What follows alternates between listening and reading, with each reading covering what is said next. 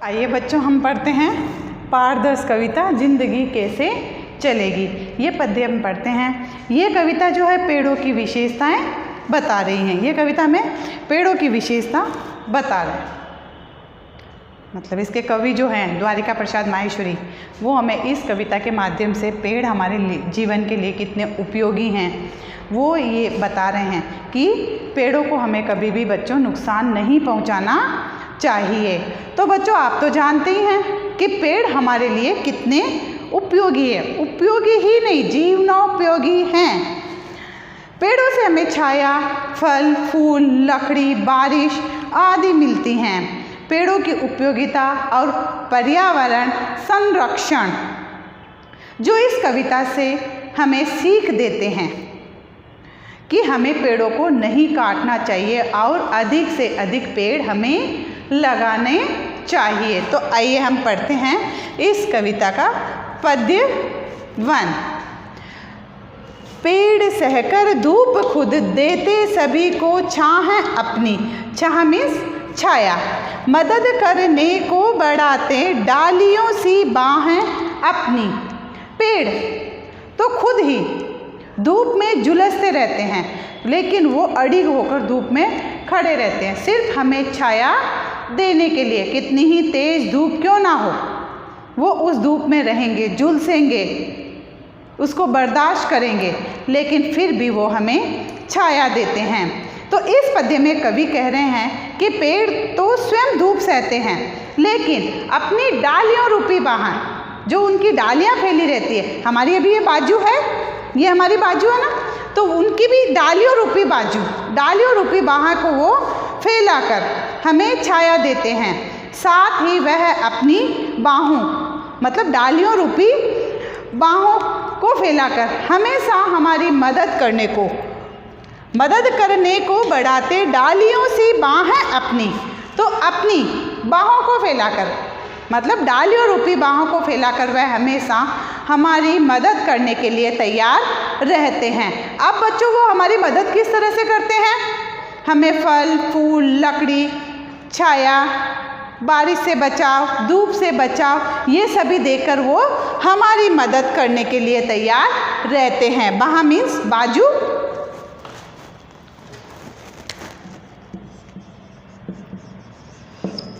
तो वो हमारी इस तरह से मदद करने के लिए तैयार रहते हैं। पढ़ते हैं हम पद्य का दूसरा पैराग्राफ। खींचते रहते निरंतर ये हवा गंदी हमारी, है हमें मिलती इन्हीं से प्राण वायु विशुद्ध सारी। तो खींचते रहते निरंतर ये हवा गंदी हमारी। पेड़ पौधे जो हैं ये निरंतर, लगातार, निरंतर मीन्स इसका मतलब क्या है? लगातार हमारी गंदी जो हवा है उसको खींचते रहेंगे। अब गंदी हवा में क्या है? जैसे गाड़ी घोड़ों की आवाज़, गाड़ी जो चलती हैं बाहर, 2 व्हीलर 4 व्हीलर जो भी हैं, तो इनसे निकलने वाला प्रदूषित धुआं, इनका शोर शराबा, चिमनियों से निकलने वाला धुआं, घरों से निकलने वाला धुआं, तो ये सब क्या है? गंदी है। ये गंदी हवाएं हमारे वायु में मिलकर हमारे सांस के जरिए हमारे शरीर में जाकर हमें नुकसान पहुंचाती है। तो पेड़ जो हैं वो हमारी गंदी हवा को खींच लेते हैं और हमें ऑक्सीजन देकर हमारी वायु को शुद्ध कर देते हैं। तो इस पद्य में कवि कह रहे हैं कि पेड़ लगातार हमारे आसपास की जो भी अशुद्ध वायु है उसको ग्रहण कर लेते हैं, कार्बन डाइऑक्साइड के रूप में ग्रहण कर लेते हैं, और ऑक्सीजन के रूप में ये हमें शुद्ध वायु देते हैं। है हमें मिलती इन्हीं से प्राण वायु विशुद्ध सारी। इन्हीं से हमें जीवित रहने के लिए शुद्ध वायु मिलती है, और शुद्ध वायु ऑक्सीजन के रूप में हम ग्रहण करते हैं। और ये जितनी भी गंदी हवा में घुले हुए जितनी भी गंदी हवाएं होती है उनको खींच लेते हैं, अपने अंदर समाहित करते हैं, और हमें ये जीवित रहने के लिए प्राण वायु ऑक्सीजन देते हैं। यस। सींचते धरती हमारी, बादलों को भी बुलाते, जल बरसता खेत उपवन, वन सभी है लहलाते। इस पद्य में कवि द्वारिका प्रसाद माहेश्वरी हमें बता रहे हैं कि जिस प्रकार बारिश लाने में पेड़ सहायक है। पेड़ों की वजह से ही बारिश होती है ना। तो हमें अधिक से अधिक पेड़ लगाने चाहिए। तो सींचते धरती हमारी, बादलों को भी बुलाते। जो पेड़ पौधे हैं ये हमारी धरती को सींचते हैं। बारिश पेड़ पौधों की वजह से ही आती है। जहाँ जितने अधिक पेड़ पौधे हैं वहाँ पर बारिश उतनी ही अधिक होती है। तो पेड़ पौधे बारिश लाने में सहायक है। ये बारिश करके हमारी धरती को सींचते हैं, हमारी धरती को उपजाऊ बनाते हैं, हमारी धरती को एक नया जीवन दान देते हैं। जल बरसता खेत उपवन, वन सभी है लहलाते। और बारिश के आने से हमारे चारों तरफ हरियाली छा जाती है। जैसा कि आप देखते हो कि तेज़ गर्मी के बाद जब बारिश का मौसम शुरू होता है तो किस तरह से चारों तरफ हरियाली छा जाती हैं। तो ये किन की वजह से मुमकिन हुआ? पेड़ों की वजह से, कि पेड़ ही बारिश लाने में सहायक होते हैं। और चारों तरफ बारिश होने से चारों तरफ खेत, उपवन, बाग, बगीचे सभी जगह हरियाली लहलाने लगती हैं। क्यों बच्चों, उस वक्त आप लोगों का भी मन करता ना कि आप जब मौसम अच्छा हो और जहाँ पर चारों तरफ हरियाली हो तो हम वहाँ घूमने जाएं। और आप लोग कितनी ही बार जब आपके स्कूल से भी छुट्टियाँ होती है तो आप उन जगहों पर पिकनिक मनाने भी जाते हैं। और अधिकतर आप किस मौसम में जाते हैं? जब बारिश का मौसम होता है, क्योंकि उस वक्त मौसम में एक ठंडक भी रहती है और चारों तरफ मौसम भी सुहावना रहता है। और सबसे बड़ी बात यह होती है उसमें कि हर तरफ हरियाली ही हरियाली फैली हुई होती है। तो हम ये सब किसकी वजह से मुमकिन है? पेड़ों की वजह से। तो हम जितने अधिक पेड़ पौधे लगाएंगे उतना ही हमारे लिए वो फायदेमंद रहेंगे। तो उसकी वजह से ही चारों तरफ जंगल सभी हरे भरे होकर लहलाने लगते हैं। पद्य नंबर 4, जाएं उनको काटते ही तो मिलेगी छाह कैसे, मदद करने को बढ़ेगी डालियों सी बाहें कैसे। तो बच्चों यह ध्यान देना आप इस पैराग्राफ पर, इस पद्य पर आप देना, जाएं उनको काटते ही, यदि हम पेड़ों को लगातार काटते ही जाएंगे, हम नए पेड़ नहीं लगाएंगे, लेकिन जो पेड़ है उनको यदि हम लगातार काटते ही जाएंगे तो हमें बताओ छाया कैसे मिलेगी। आज एक राहगीर थका हुआ चल कर आता है, कहीं वह घना छायादार पेड़ ढूंढता है कि जहाँ बैठकर वह सुस्ता सके, आराम कर सके। तो अगर पेड़ भी नहीं होंगे, हम उन्हें काटते जाएंगे तो बताओ हमें छाया कैसे मिलेगी। और मदद करने को बढ़ेगी डालियों सी बाहें कैसे, और हमारी मदद करने के लिए उनकी जो बाहें रूपी डालियां हैं वो कैसे हमारी मदद करेगी। कहाँ से हमें लकड़ियाँ, फल फूल, साग सब्जियाँ, औषधियाँ सब कहाँ से मिलेंगे? ये सब मिलते तो हमें पेड़ पौधों से ही हैं। तो यदि हम इनको काटते ही जाएंगे तो हम इनसे फिर किसी भी प्रकार की मदद की उम्मीद नहीं कर सकते हैं। तो हमें पेड़ों को काटना नहीं चाहिए। तो समझ में आया बच्चों आपको ये पद्य? अगला पढ़ते हम पद्य नंबर 5।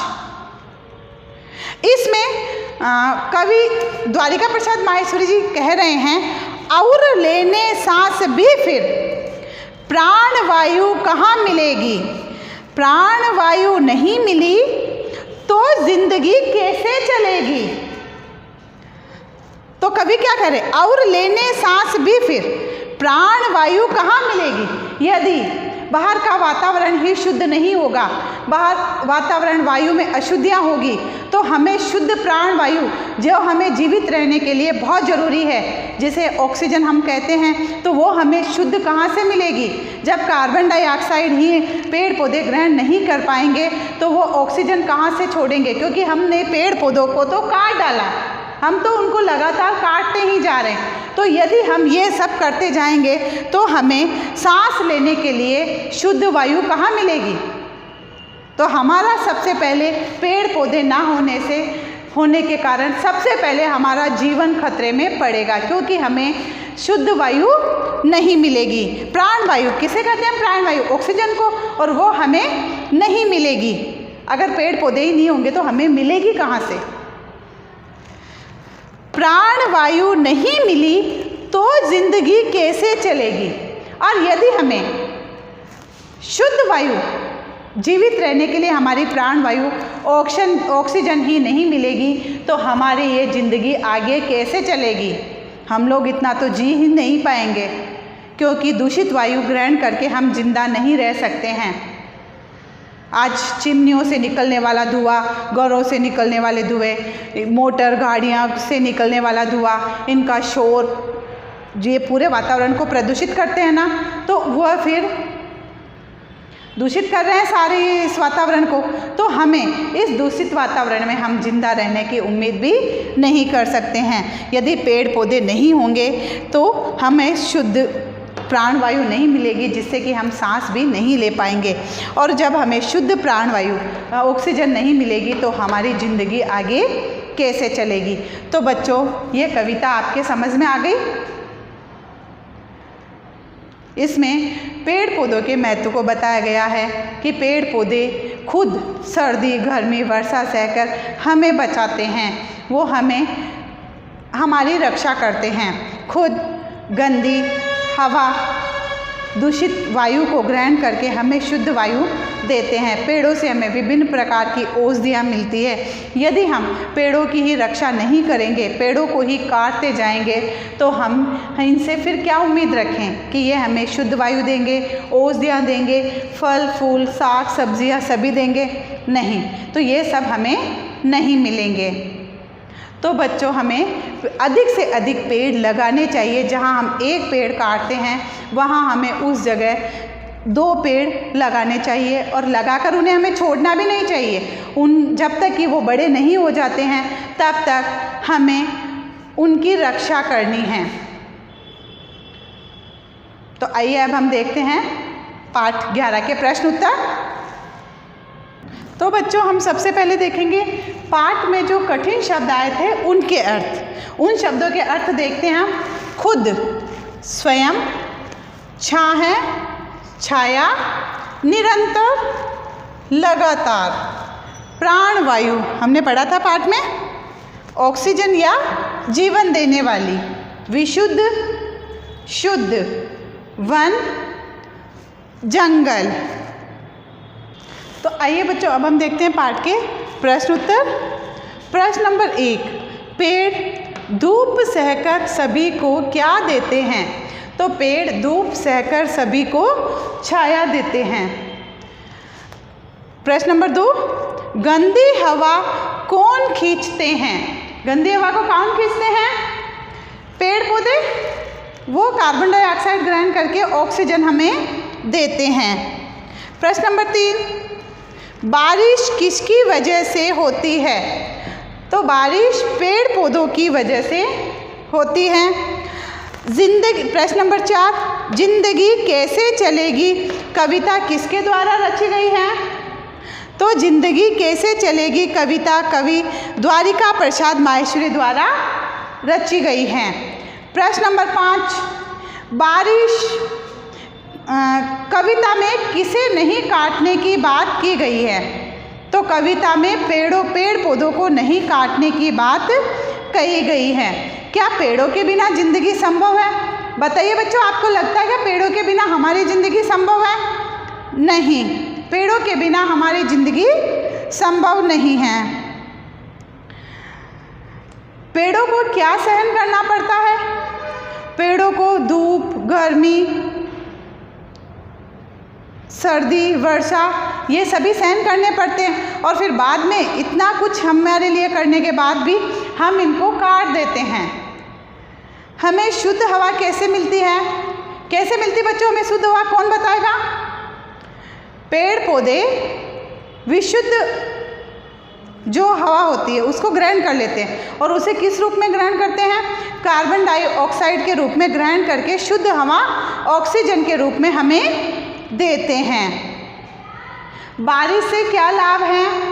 बारिश से एक तो चारों तरफ धरती हरी भरी होकर मतलब हरी भरी हो जाती है। दूसरा, चारों तरफ पेड़ पौधे लहलाने लगते हैं। और आप बताइए, बारिश से हमारी धरती की सिंचाई हो जाती है।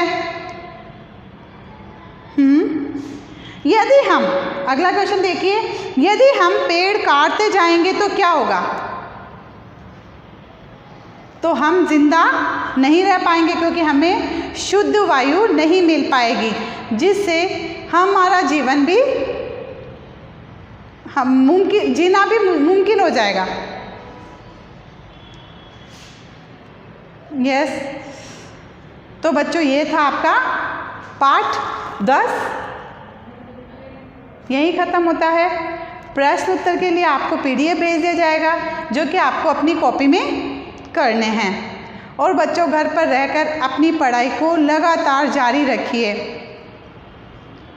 वर्क कॉपी के अंदर आप नीट एंड क्लीन करिए और समय पर आप कॉपी चेक करने के लिए भेजिए जब भी मंगवाई जाती है आपसे।